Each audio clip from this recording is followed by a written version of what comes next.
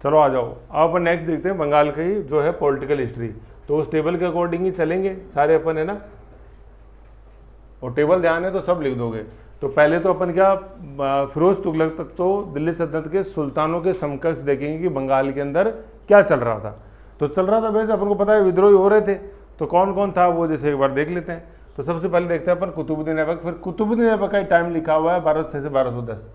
उस समय बंगाल में कौन था, तो जैसे मैंने याद कराया था कि उस व्यक्ति जो, उसका नाम कैसे पढ़ेंगे, कुतुबुद्दीन बख्तियार खिलजी, ऐसे नाम पढ़ेंगे।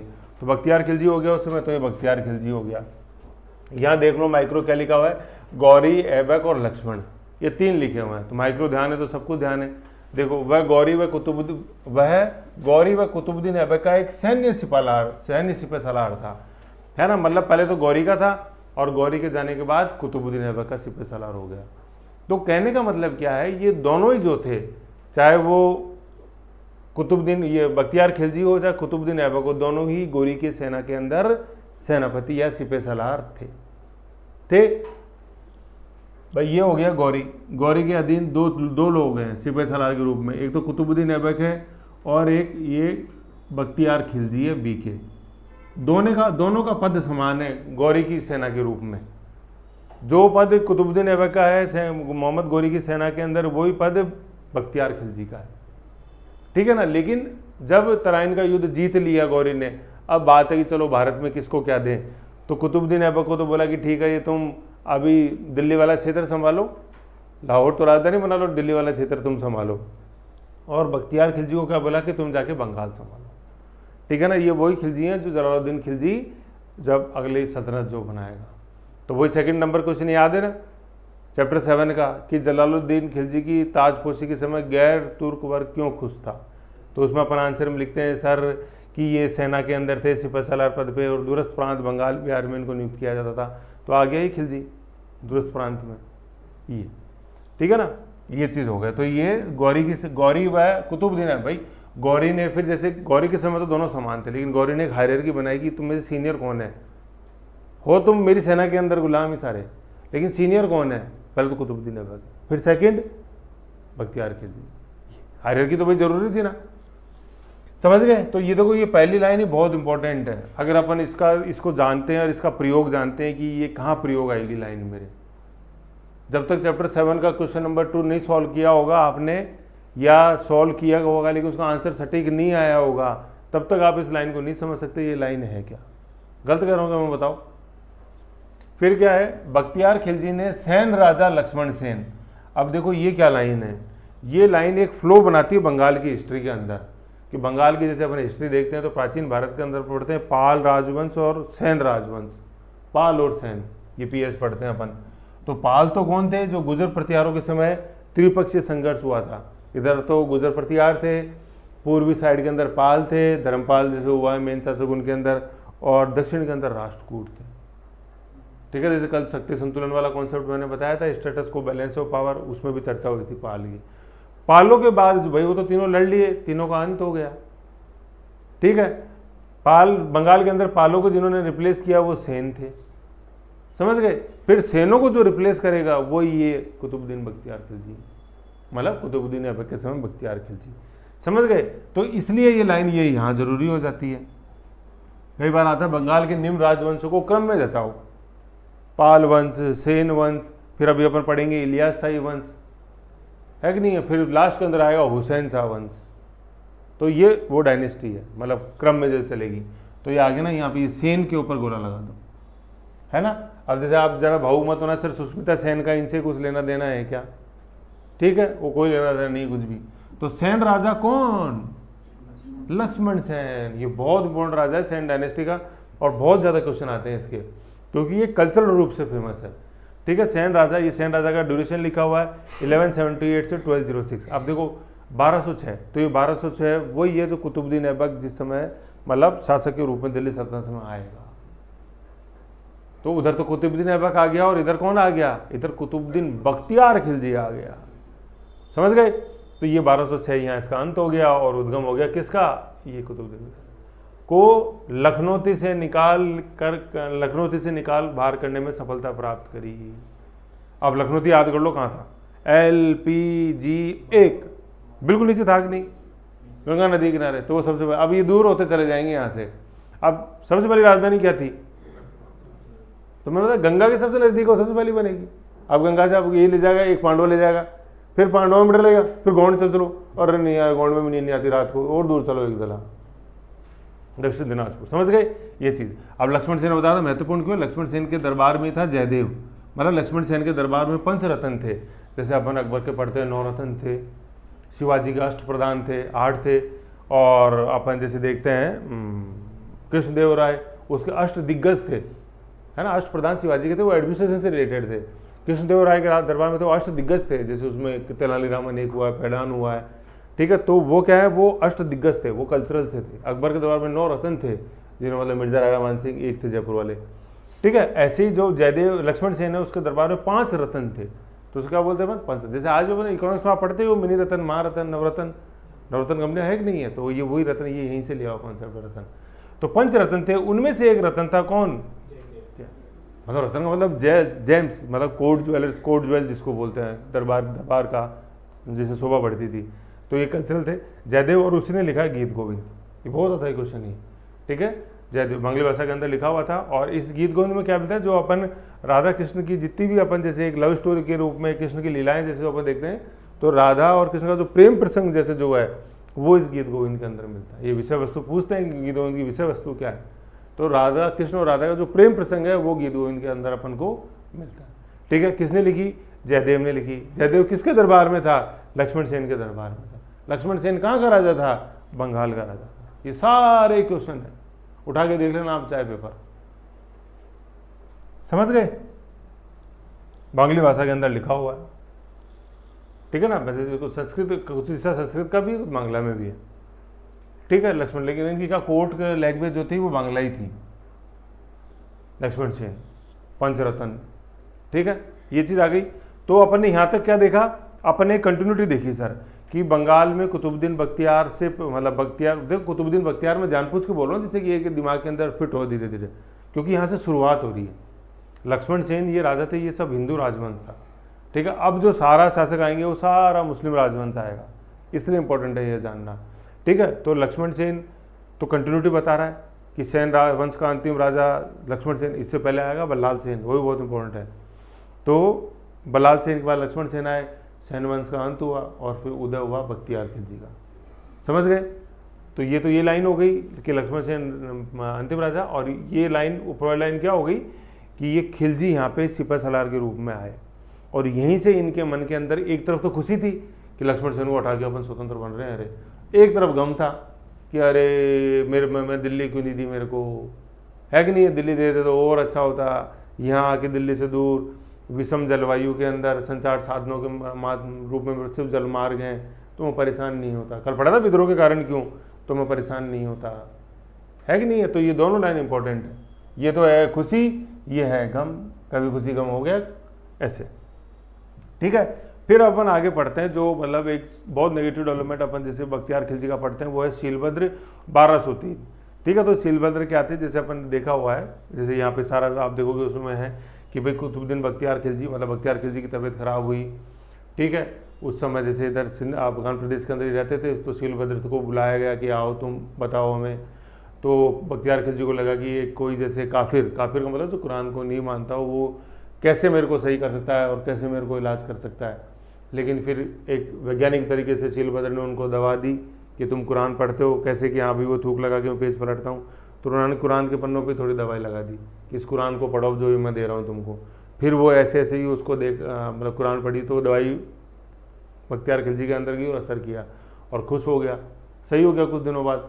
तो ये नालंदा के रहने वाले थे शीलभद्र, ठीक है, मतलब हर फील्ड का इनको ज्ञान था।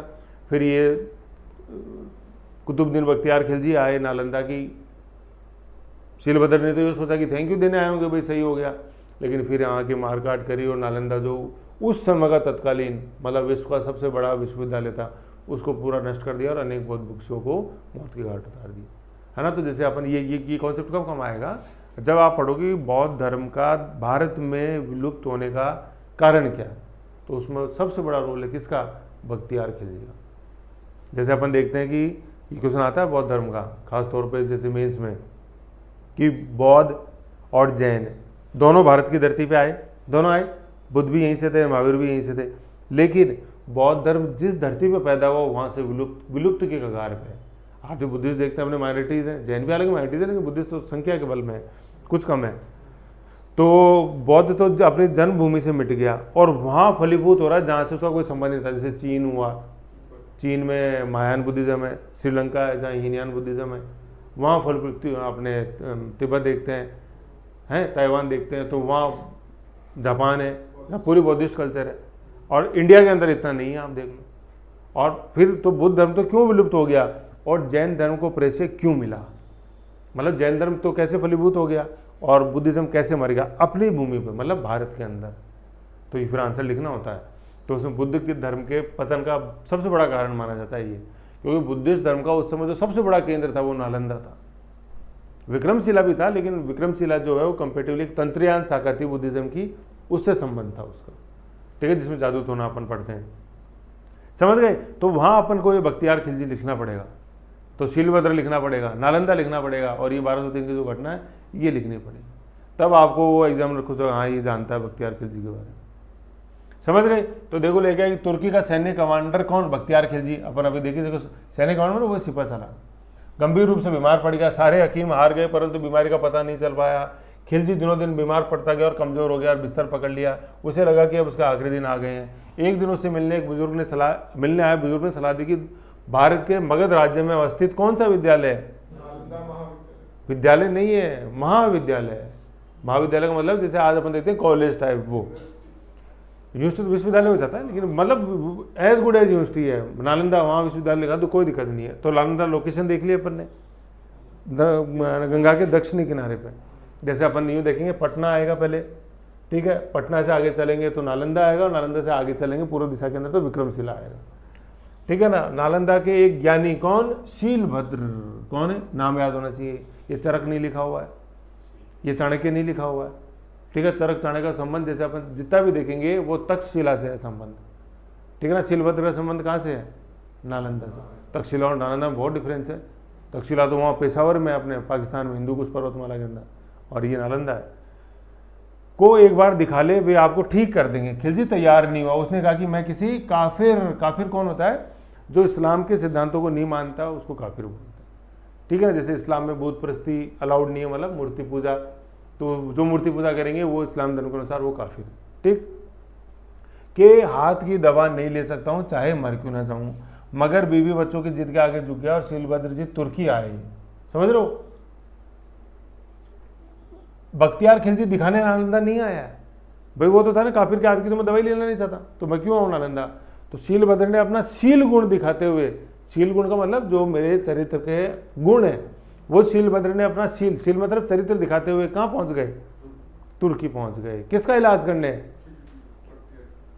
है कि नहीं है? क्योंकि भाई बुद्ध धर्म को मानने वाले थे भाई, नालंदा बुद्धिज्म का बहुत बड़ा गढ़ था। तो बुद्धिज्म में तो यही है कि सत्य अहिंसा प्रेम, है ना। सत्य अहिंसा अफ्रीका जो अपन देखते हैं अपन त्रिरत्न, उसके अंदर ये सिखाया गया हमको तो कि मदद करो, कोई दुखी है तो उसकी मदद करो। तो शीलभद्र पहुंच गए, कहाँ पहुंच गए? तुर्की गए। खिलजी ने उनसे कहा कि दूर से देखो, मुझे छूना मत, क्योंकि तुम, और दवा मैं नहीं लूंगा, और मैं लूंगा नहीं। शीलभद्र ने उसका चेहरा देखा, शरीर का मुआयना किया, बलगम भरे बर्तन को देखा, सांसों को उतार चढ़ाव का अध्ययन किया और बाहर चले गए, ठीक है। अब इतना ही बहुत था उनके लिए। तो सब देख के उन्होंने पता लगा लिया कि भाई क्या बीमारी है, क्या रोग है, क्या इलाज होगा। फिर लौटे और पूछा कि कुरान पढ़ते हो? खिलजी ने कहा दिन रात पढ़ते हैं। पन्ने कैसे पलटते हो? उंगलियों से जीभ को छूकर सफ़ेद पन्ने पलटते हैं, मतलब वो सफ़ेद पन्ने जो है वो उंगलियों से थूक लगा के वो मैं पलटता हूँ। शीलभद्र जी ने खिलजी को एक कुरान भेंट किया और कहा कि आज से आप इसे पढ़ें, और शीलभद्र जी वापस भारत लौट आए। उधर दूसरे दिन से खिलजी की तबीयत क्या होने लग गई? क्या होने लग गई? ठीक होने लग गई, क्योंकि वो कुरान तो पढ़ रहा था ऐसे पलट के, लेकिन साथ में वो दवा भी जारी थी। कुरान पे देख पन्नों पे लगा के देना इसलिए जरूरी था क्योंकि शीलभद्र तो क्या था खिलजी की नज़र में? काफिर था। ऐसे दवा देता तो लेता नहीं, लेकिन कुरान तो पढ़ोगे ना, है ना। भला एक हफ्ते के अंदर हुआ, भला चंगा हो गया। दरअसल शीलभद्र जी ने कुरान के पन्नों पर क्या लगा दी थी? दवा लगा दी थी। तो देखो पहले तो रोग को पहचाना, वो भी बगैर छुए, फिर दवा का पता लगा कि सटीक दवा क्या होगी, और बगैर छुए दवा दे दी। और बिना मतलब कोई घमंड नहीं दिखाया ज्ञान का, और सही करने गए तुर्की। मतलब डॉक्टर घर पे आ रहा, आप देखो, वो सोचो। और ये नहीं कि नालंदा से पाटलिपुत्र जाना है, कहाँ जाना है, तुर्की जाना है। ठीक है, जिसे अंगुलियों पर पढ़ अंगुलियों से जीभ तक पढ़ने के दौरान पहुंचाने का अनोखा तरीका अपनाया गया। खिलजी अचंभित रह गया, मगर उससे भी ज्यादा ईर्ष्या और जलन से मर रहा था। आखिर एक काफिर ईमान वालों से ज्यादा काबिल कैसे हो सकता है। ठीक है, फिर क्या हुआ, अगले ही साल मतलब 1203 के अंदर उसने सेना तैयार करी। उसने किसने, भाई सीलभद्र तो यार सील था, वो सेना, वो तो बुद्धिज्म है, अहिंसा, उसकी सेना थोड़ी होगी। तो बख्तियार खिलजी की सेना तैयार की और पहुंचा कहाँ, नालंदा महाविद्यालय, बिहार, मगध क्षेत्र। नालंदा है ना पूरी दुनिया का सबसे बड़ा ज्ञान और विज्ञान का केंद्र, पूरी दुनिया का, समझ रहे हो।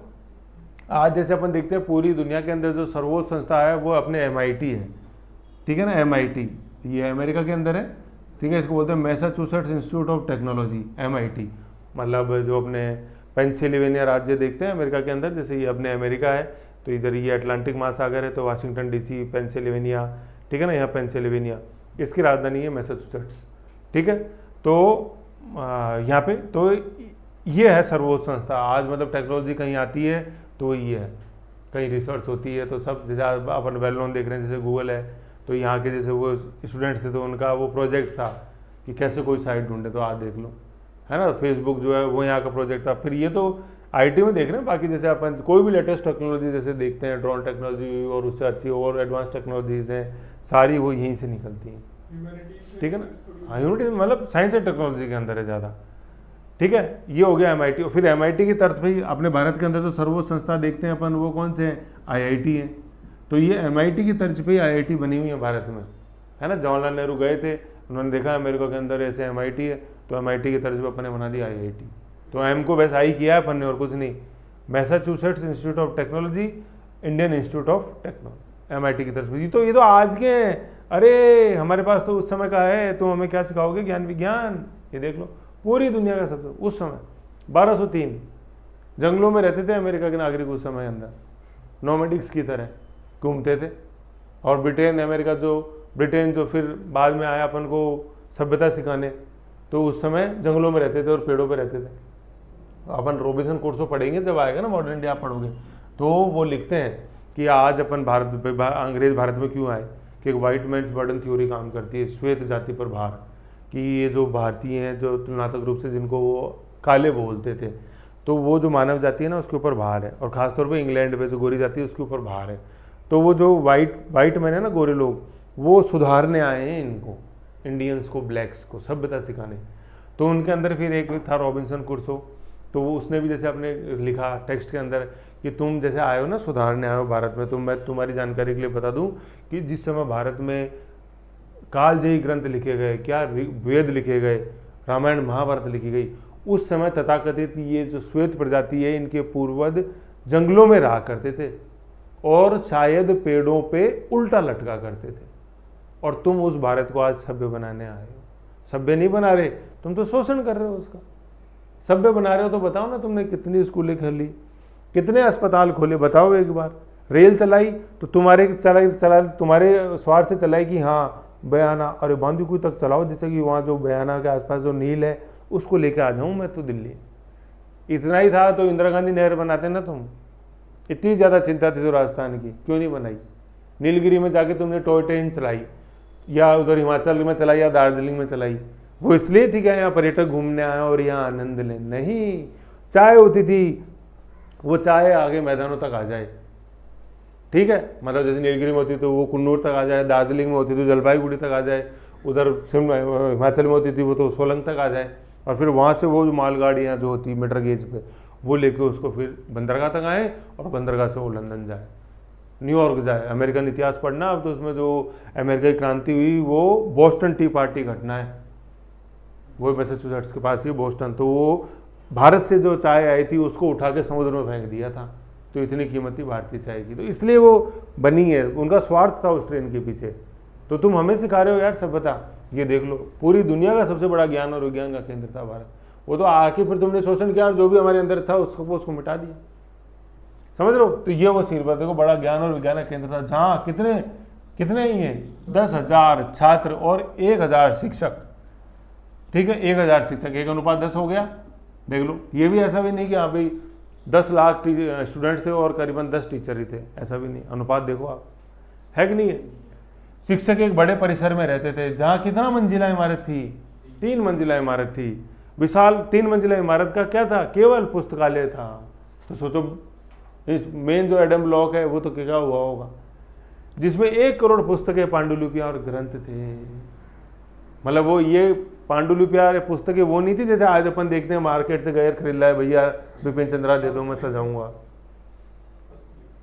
ये वो है, ये वो भी नहीं है कि फोटो स्टेट करा ली, स्पायरल करा दी और लगा दी लाइब्रेरी के अंदर। नो, पूरे ये लिखे जाएंगे, देख लो, है कि नहीं है। तो मतलब अंदाजा लगाओ कि क्या जैसे ये नालंदा रहा होगा।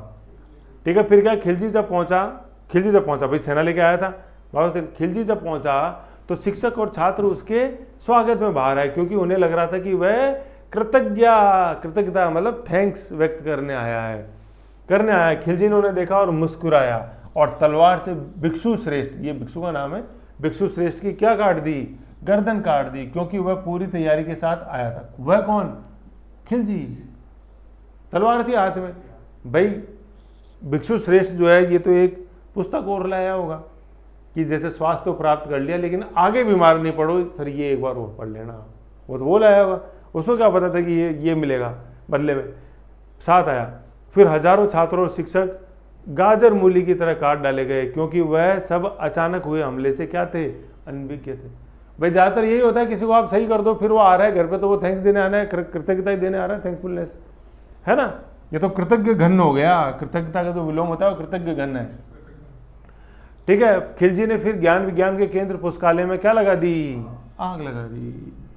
ठीक है, कहा जाता है कि पूरे 3 महीने तक पुस्तकें जलती रही है। अंदाजा लगाओ आप, 3 महीने तक केवल पुस्तकें जल रही हैं, तो करोड़ों पुस्तकें थी, पांडुलिपियां, हस्तलिखित। खिलजी चिल्ला चिल्ला कर कह रहा था कि तुम काफिरों की हिम्मत कैसे हुई इतनी पुस्तकें पांडुलिपियां इकट्ठा करने की, बस एक दीन रहेगा धरती पर। मतलब एक दीन कौन, वो खिलजी रहेगा। दीन वो जो इस्लाम के सिद्धांतों को मानता है। ठीक है, दीन मतलब वो केवल बख्तियार खिलजी रहेगा। पूरे नालंदा को तहस नहस कर जब बख्तियार खिलजी लौट रहा था तो रास्ते में विक्रमशिला भागलपुर विश्वविद्यालय को भी जलाते हुए लौटा। मगध क्षेत्र से बाहर बंगाल में वह रुक गया और बंगाल में 1203 में खिलजी साम्राज्य की क्या की, स्थापना। तो आगे ना ये खिलजी आ गए यहाँ पे, तो खिलजी ऐसे आ रही। ठीक है, तो नालंदा में तो देख रहे हैं अपन सीलभद्र। फिर जब आप बंगाल पहुंचेंगे तो एक से दूसरा, तो वो कौन आ जाएगा, सेन, है ना। मतलब ये भाई ये तो सीलभद्र बिहार के अंदर मिल गए। फिर आगे चलेंगे तो ये से आ जाएगा, ये सेन वंश, ऐसे ध्यान रखना अपन को। और षड्यंत्र पूर्व आगे गए थे तो ये तीनों से आ गई, आप देख लिया। ये शह षड्यंत्र है, ये शह शराबी है और वह शह सड़क है। आगे ना, शह से तो षड्यंत्र सीलभद्र के विरुद्ध हुआ कि नहीं हुआ, और शह से सीलभद्र हो गया, शह से, और शह से अपने सेन हो गया बंगाल, लक्ष्मण सेन को और आगे ऐसे, समझ गए, ये हो गया। फिर क्या, मतलब ये आ रहा है खिलजी वंश की स्थापना करी। फिर क्या है, वह लद्दाख क्षेत्र होते हुए, वह कौन, खिलजी, लद्दाख क्षेत्र होते हुए तिब्बत पर आक्रमण करने की योजना बना रहा था। तभी एक उसके कमांडर ने उसकी निद्रा में हत्या कर दी। कमांडर को लगा हुआ गया, चलो तुम्हें तो सही किया, तुमने बदले में क्या दिया, ऐसे थोड़ी होता है, ये लो तुम भी भुगतो। आज भी पश्चिम बंगाल में दक्षिणी दिनाजपुर में उसकी कब्र है, जहाँ उसे दफनाया गया, खिलजी की। दक्षिण दिनाजपुर वही जहाँ एक दला पड़ा था अपन ने, वहाँ पे। भाई लखनऊ के अंदर तो सेन वंश चला आ रहा है, तुम नए हो तो राजधानी के अंदर थोड़ी देंगे शरण, कहाँ देंगे, एक दला। फिर क्या, यह थी भारतीय बौद्ध भिक्षु सीलभद्र की शीलता, जिन्होंने तुर्की तक जाकर तथा दुत्कारे जाने के पश्चात भी एक शत्रु के प्राण की रक्षा कर अपने चिकित्सीय ज्ञान व बुद्धि कौशल से की, है ना। चिकित्सीय देख लो कैसे लिखा हुआ है, ये पूछा जाता है। एक तो चिकित्सा और चिकित्सीय, है ना, ये प्रत्यय भी है जैसे अंदर, उसमें भी पढ़ते हैं, पूछा जाता है ये चिकित्सीय, तकनीकी चिकित्सीय। ठीक है, बौद्धिक बुद्धि कौशल से करी, तो ये सीलभद्र का था। अब देखो क्या है, नीचे एक इंपॉर्टेंट डेवलपमेंट लगा हुआ है, ठीक है, जो अपने को पता होना चाहिए। ये क्या है, ये नालंदा, आज देखो ये नालंदा के रिमेन्स थे लास्ट के अंदर, ये ऐसी दिखती थी। तो आप भव्यता का अंदाजा लगाओ, ये वो 3 मंजिला पुस्तकालय, देखो, मतलब इसको और देखोगे आप, ये थोड़ा ब्लर हो रहा है, तो मतलब उस ये है, ये बात है 1203 की, और आज अपन इसको देख रहे हैं करीबन 1000 साल बाद, तो ये रिमेन्स है। भाई जैसे 2200 के अंदर अपन देख रहे हैं, तो ये देख लो भारत में अपन G20 की समिट बिल्कुल था रिनोवेशन का। फिर देखो क्या है, the ancient India site of Nalanda is a UNESCO world heritage site. In 2010 the government of India pass the resolution to revive the ancient university. Resolution pass हुआ था, ठीक है ना, मतलब प्रस्ताव पास हुआ, ठीक है, एंड ए कंटेम्प्रेरी इंस्टीट्यूट, मतलब उस समय, ठीक है। तो ये क्वेश्चन उस समय बहुत आया था हर एग्जाम्स के अंदर। तो हाल ही में किस विश्वविद्यालय के पुनर्निर्माण या एक रिवाइव, मतलब उसके वापस से उसको जिंदा करना है, रिवाइव, और यूनेस्को वर्ल्ड हेरिटेज के अंदर ये आज है। यूनेस्को का हेडक्वार्टर पेरिस के अंदर है, ऐसे है ना। वो ना ये विक्रमशिला के लिए हुआ था, ना अपने तक्षशिला के लिए हुआ, ये सिर्फ नालंदा के लिए हुआ, समझ गए। तो ऐसे ये उस समय बहुत न्यूज़ के अंदर था और काफ़ी एग्जाम्स में आता था। आज भी जब अपन जैसे लिखते हैं, ये मेंस के अंदर आर्ट एंड कल्चर में अपन पढ़ेंगे, उसके अंदर आएगा ये, एक मिनट, है ना। तो ये था अपन ने जैसे देखा, ये कुतुबुद्दीन बख्तियार खिलजी का, ठीक है। फिर जो दूसरा शासक अपन देखते हैं, मतलब खिलजी का सेनापति बख्तियार खिलजी का, वही था मोहम्मद सिरान। ये सिरान याद रखो, वैसे ये सिराज नहीं है, सिराज शहर ईरान का, तो उससे मिलता जुलता नाम है सिरान खिलजी। बंगाल में खिलजी वंश का दूसरा शासक था, और राजधानी क्या, वही लखनऊ थी। जो लक्ष्मण सेन की राजधानी थी वही लखनऊ थी, पर ऑक्युपाई कर लिया, समझ लो। तो कुतुबुद्दीन बख्तियार खिलजी, या बख्तियार खिलजी तो आया, लूटा, तिब्बत की तरफ प्रस्थान किया, लेकिन राजधानी किसने बनाई, कौन खिलजी शासक है जिसने वहाँ राजधानी बनाई, सिरान खिलजी। मतलब राजधानी मतलब लखनऊ थी, जो सेनों को से हरा के वहाँ से और खुद जीता। जैसे अपन कुतुबुद्दीन ऐबक का नहीं पढ़ते, कुतुबुद्दीन ऐबक की राजधानी क्या, लाहौर, इल्तुतमिश की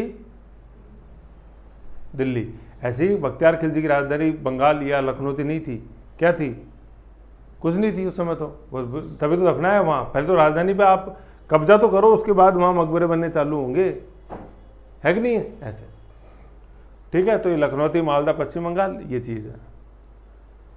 लखनऊ अपन ने देख लिया, मालदा पश्चिम बंगाल के अंदर। एलपीजी देखा, लखनऊ, पांडुआ, गोंड, देन इकदला ऊपर, दक्षिण दिनाजपुर, ओके।